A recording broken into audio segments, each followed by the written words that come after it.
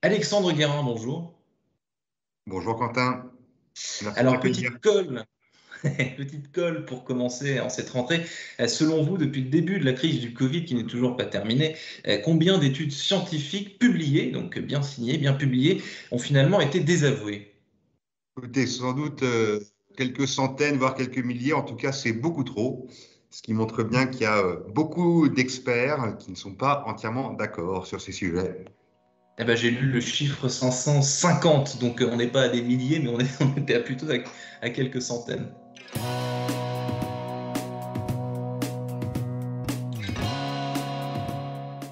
Bonjour à tous et bienvenue au Talk Dessineur du Figaro en visio avec sur mon écran et sur le vôtre aussi par conséquent Alexandre Guérin, patron d'Ipsos France et collaborateur Ipsos depuis plus de 15 ans, hein, je crois.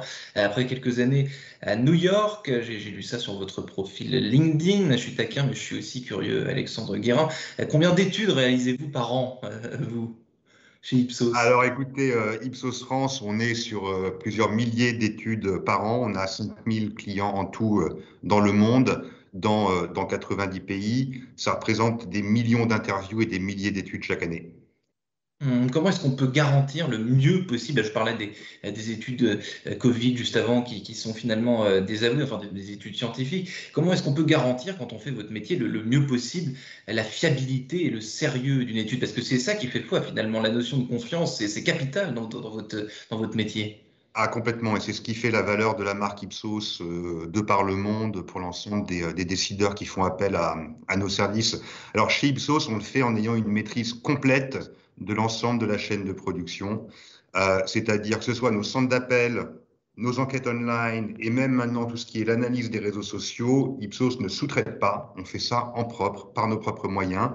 Et donc, on a un ensemble de contrôles qualité dans les profils de gens qu'on recrute, qu'on forme, dans la façon dont on recrute des répondants à nos enquêtes, dans la façon dont on construit nos modèles statistiques et nos modèles qui vont nous permettre d'analyser toutes ces données. Donc, c'est une intégration complètement verticale qui nous permet de nous assurer qu'on collecte des données fiables, sans biais, et qu'on est capable ensuite de restituer et d'analyser.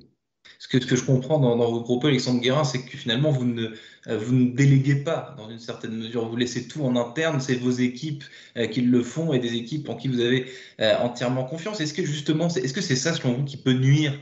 Je parlais justement des notions de fiabilité. Est-ce que c'est le fait de s'éparpiller un peu trop, de plus trop savoir d'où on tient certaines données, etc., qui peut nuire à des entreprises comme la vôtre? Ah, bah alors non, au contraire, je pense que c'est une force pour Ipsos, parce que je pense que ça nuit à nos clients. On a une boulimie de données. Il n'y a jamais eu autant d'informations disponibles Ouais. aujourd'hui. Alors, pardon, autant de données disponibles. Le métier d'Ipsos, de plus en plus, c'est de transformer ces données en informations fiables qui vont permettre de prendre des décisions, ce qui impose de faire un certain tri sélectif et aussi de comprendre quelles sont les bonnes informations à utiliser pour comprendre réellement ce qu'il passe sur des marchés, dans les sociétés. Donc Ipsos a absolument un rôle à jouer, d'autant que Ipsos a la possibilité de compléter n'importe quelle source d'information, puisque nous, en plus de ça, on est capable de poser toutes les questions qu'on veut à toutes les cibles, toutes les audiences, tous les profils de répondants qu'on veut, ce qui va nous permettre d'apporter une couche de compréhension à n'importe quel jeu de données qu'utilisent ou que possèdent nos clients. Donc vous avez dit jamais autant de données potentiellement exploitables. Vous avez dit faire le tri. J'imagine que chez Ipsos, il y a des équipes qui sont chargées de faire ce tri entre les données utiles, celles qui le sont moins. Comment est-ce que ça se passe justement? Il y a des métiers délégués pour ça, pour trier, pour analyser toutes ces données qu'on a effectivement devant nos yeux, mais qui ne Ouais. sont pas toutes pas forcément pertinentes finalement. Oui, alors tout à fait. Alors, mais cette tendance, en fait, hein, de combiner des données d'enquête ou des données de sondage par d'autres sources de données, elle n'est pas du tout nouvelle. Ce qui Hmm. change aujourd'hui, c'est l'étendue, j'ai envie de dire, et la taille des jeux de données que l'on a. Mais la combinaison de données, on fait ça depuis plusieurs décennies, parce que c'est une société qui a maintenant 45 ans, 46, et depuis le premier jour, on faisait ça. Aujourd'hui, de plus en plus, c'est vrai qu'on complète nos équipes par des profils vraiment de data scientists qui vont être capables de nettoyer, d'agréger, d'analyser ces jeux de données. Pour vous donner un petit peu un ordre de grandeur, Ipsos en France, on est à peu près 650 collaborateurs, on a à peu près 10% de nos effectifs qui ont des profils de data scientist et ce chiffre va continuer à augmenter. 10% de data scientist en 15 ans, vous chez Ipsos, Alexandre Guérin. Quel marché vous avez vu se développer énormément et à l'inverse, certains autres qui se sont réduits comme peau de chagrin. Vous avez vous occupez de plusieurs dizaines de marchés chez Ipsos. Comment est-ce qu'en 15 ans tout ça évolue finalement?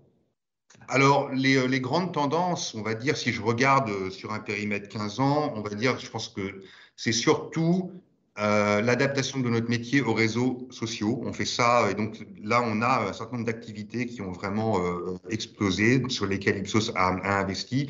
Donc, tout ce qui va être les domaines de l'intelligence sociale, qui vont être des méthodes, par exemple, de poser des questions sur un mode, on va dire, très interactif, par exemple.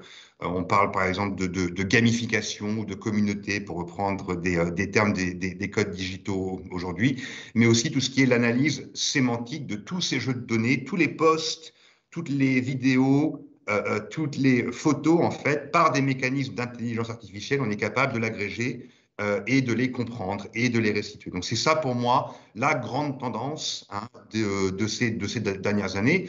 Maintenant, vous me demandez, est-ce qu'on a des pans d'activité qui souffrent ou qui ont disparu? Ben, en fait, pas du tout, parce que le besoin de compréhension, le besoin d'enquête, il est toujours aussi pertinent.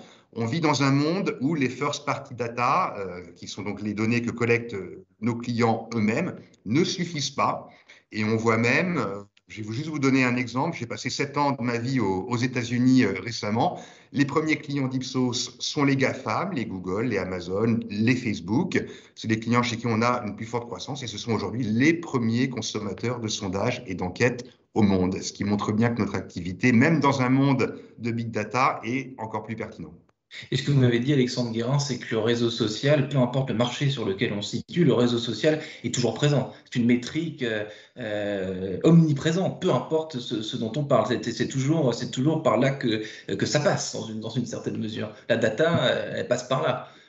Alors, la data, elle passe par là, mais elle ne suffit pas. Déjà, tout le monde n'est pas sur les réseaux sociaux, tout le monde ne participe pas autant sur les réseaux sociaux. Quand vous travaillez avec Ipsos, vous achetez une compréhension totale d'un marché et une garantie de représentativité.